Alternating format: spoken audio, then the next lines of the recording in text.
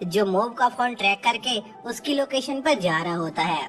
और आर्ता के taxi driver को लग रहा होता है कि आर्ता कोई बहुत बड़ा खूनी है जो किसी लाश को ठिकाने लगाने इस जंगल में आया है। इसके बाद हम मोब को देखते हैं जो अपने भाई को ठीक देखकर बहुत ज्यादा खुश होता है। तभी हानाजावा मोब को बताता है कि वो किसी कारण से इस कमरे में अपनी शक्तियों का इस्तेमाल नहीं कर पा रहा है, जिस पर मोब कहता है कि उन्हें चिंता करने की कोई जरूरत नहीं है क्योंकि रित्सु बहुत ज्यादा इंटेलिजेंट है और वो जरूर यहाँ से बाहर जाने का कोई ना कोई रास्ता निकाल लेगा क्योंकि वो उनकी तरह अपनी पावर पे डिपेंड नहीं रहता है। जो सुनकर रित्सु थोड़ा इमोशनल हो जाता है। इसी बीच हम क्लॉ के मेंबर्स को देखते हैं जो आपस में मीटिंग कर रहे होते हैं। तभी शो उनसे कहता है कि वो बाकियों के साथ जो करना चाहते हैं कर सकते हैं, पर वो यूनिफॉर्म वाला लड़का उसे चाहिए क्योंकि वो उसे दोस्त बनाना चाहता है। जिस पर क्लॉ के बाकी मेंबर्स को गुस्सा आ जाता है और वो शो को शांत रहने को कहते हैं। तभी हम आर्ता को देखते हैं जो क्लॉ के बेस पर पहुंच जाता है और आर्ता को देखकर वहां मौजूद सभी लोग बहुत घबरा जाते हैं क्योंकि उन्हें लग रहा होता है कि आर्ता क्लॉ का बॉस है।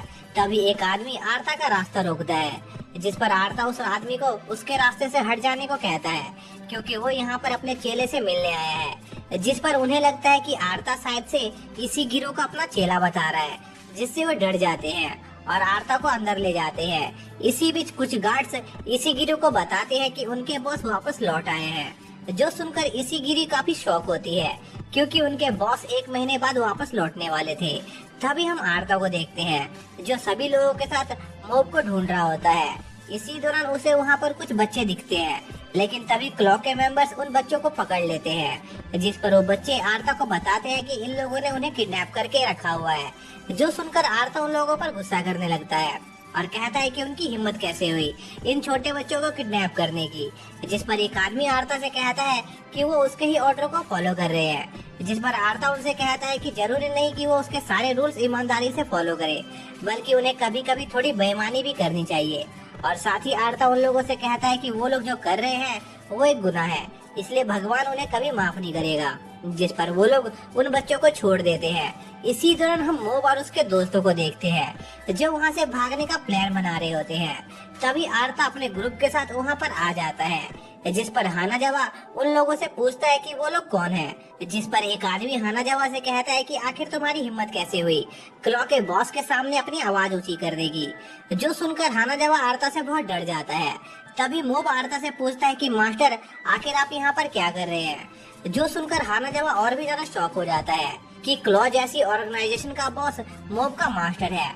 और यह मौका देखकर हानाजावा आर्ता को बताता है कि उन लोगों ने उन्हें यहाँ पर पकड़ कर रखा हुआ है। जिस पर आर्ता अपने आदमियों से पूछता है कि आखिर वो उसके चेले के साथ ये सब क्यों कर रहे हैं। जिस पर वो आदमी आर्ता को सारी बात बताता है। जो सुनकर आर्ता अपने आदमियों से मोब और उसके दोस्तों को छोड़ देने को कहता है और वहाँ से जाने लगता है।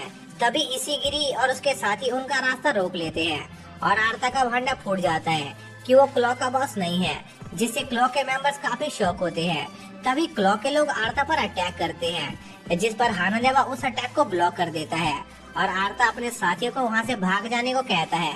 इसके बाद मोब उनसे फाइट करने जाता है, जिस पर इशिगिरी अपने ग्रेविटी मैजिक का यूज करके मोब पर अटैक करने लगती है। तभी आर्ता पीछे से इशिगिरी को एक ड्रॉप किक मार के उसे साइड कर देता है और मोब से कहता है कि वो उसका चेला है, इसलिए उसे टेंशन लेने की कोई जरूरत नहीं है और वो खुद इन लोगों को देख लेगा। इसके बाद आर्ता एक कॉइन निकालता है और उससे क्लॉ के मेंबर्स को बेवकूफ बनाकर उस पर अटैक करता है। जो देखकर हानाजावा और रित्सु को पता चल जाता है कि आर्ता के पास कोई साइकिक पावर नहीं है, जिस पर क्लॉ के सभी मेंबर्स को आर्ता पर गुस्सा आने लगता है और इशिगिरी आर्ता पर एक ब्लैक होल से अटैक करती है। लेकिन तभी मोब आर्ता की जान बचा लेता है। तभी वहाँ पर एक बड़ा सा एक्सप्लोजन होता है। इसके बाद क्लॉ के बाकी मेंबर्स भी उन सभी पर अटैक कर देते हैं, जिस पर हानाजावा सौरी के साथ फाइट करने लग जाता है और क्लॉ के मेंबर्स उन पर धीरे धीरे भारी पड़ने लग जाते हैं। पर आर्ता मोब को क्लॉ के मेंबर्स के साथ फाइट करने से मना कर रहा होता है क्योंकि एक बच्चे का एक एडल्ट के साथ लड़ना ठीक नहीं था। तभी हानाजावा और रित्सु आर्ता से कहने लग जाते हैं कि सिर्फ मोब ही उन लोगों को हरा सकता है। पर आर्ता तब भी अपनी बात पर टिका रहता है, जिससे मोब दुविधा में पड़ जाता है कि उसे क्या करना चाहिए, क्योंकि अगर उसने कुछ नहीं किया तो उसके सभी दोस्त यहाँ पर मारे जाएंगे। तभी मोब के इमोशन 100% पर पहुँच जाते हैं और वो अपने दोस्तों को बचाने के लिए क्लॉ के सभी मेंबर्स को मारने का फैसला करता है। तभी आर्ता उसे होश में लाता है और मोब से कहता है कि जब तक उसका मास्टर जिंदा है उसे ये सब करने की कोई जरूरत नहीं है। लेकिन तभी साउरी आर्ता पर पीछे से अटैक करता है जिससे आर्ता वहीं पर मारा जाता है, जो देखकर मोब को बहुत दुख होता है और वो क्लॉ के लोगों से लड़ने का फैसला करता है।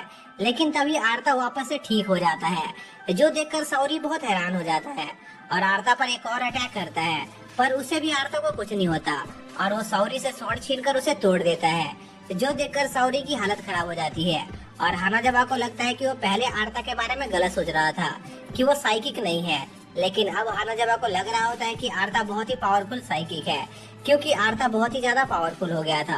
तभी एक भूत आर्ता पर अटैक करता है, जिस पर आर्ता मोब को उसकी मदद करने को कहता है, लेकिन तभी वो देखता है कि उसे उस भूत के अटैक से बिल्कुल भी चोट नहीं लगी है, जो देखकर वो जोश में आ जाता है और उन सभी पर एक अटैक करता है, जिससे वो लोग दूर उड़ जाते हैं। तभी मुराकी आर्ता को अपने क्लोन से घेर लेता है, पर आर्ता एक झटके में उन सभी क्लोन को खत्म कर देता है, जो देखकर मुराकी की भी हालत खराब हो जाती है। तभी हमें आर्ता के अचानक से इतने पावरफुल होने का रीजन पता चलता है। दरअसल जब आर्ता ने मोब को होश में लाने की कोशिश की थी, उसी वक्त मोब की कुछ पावर्स आर्ता के अंदर आ गई थी, जिस वजह से आर्ता ये सब कर पा रहा था। इसके बाद इशिगिरी आर्ता पर अटैक करती है, पर आर्ता उन्हें भी बहुत ही आसानी से डिस्ट्रॉय कर देता है, जो देखकर इशिगिरी को गुस्सा आ जाता है और वो आर्ता को पकड़कर बहुत मारती है, पर आर्ता को उससे भी कुछ नहीं होता है और वो इशिगिरी को बहुत दूर उड़ा देता है, जिससे वो हार जाती है, जो देखकर आर्ता समझ जाता है कि उसके अंदर मोब की पावर आ गई है।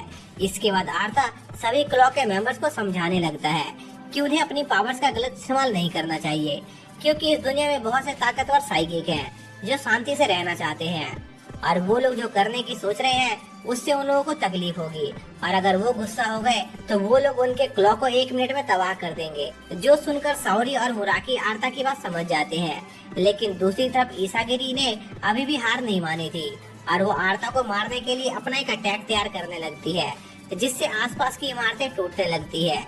लेकिन तभी शो आकर इसागिरी से लड़ने लगता है, क्योंकि वो भी इन चीजों से बोर हो गया था, और कुछ देर की लड़ाई के बाद शो इसागिरी को खत्म कर देता है और वहाँ से चला जाता है। लेकिन तभी वहाँ पर वो भूत को कंट्रोल करने वाला आदमी आ जाता है, जिसने बहुत सारे भूतों को इकट्ठा करके रखा था और वो उन भूत को बाहर आने को कहता है।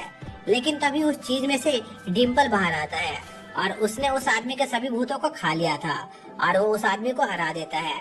इसके बाद वो सभी अपनी नॉर्मल लाइफ में लौट जाते हैं। इसी दौरान हम शो को देखते हैं, जिसे क्लॉ के बॉस का कॉल आता है और वो शो से उनके मिशन के बारे में पूछता है, जिस पर शो उस आदमी को बताता है कि टोक्यो शहर के कुछ लड़कों ने उनके पूरे ग्रुप को खत्म कर दिया है, इसलिए उनका प्लान फेल हो गया।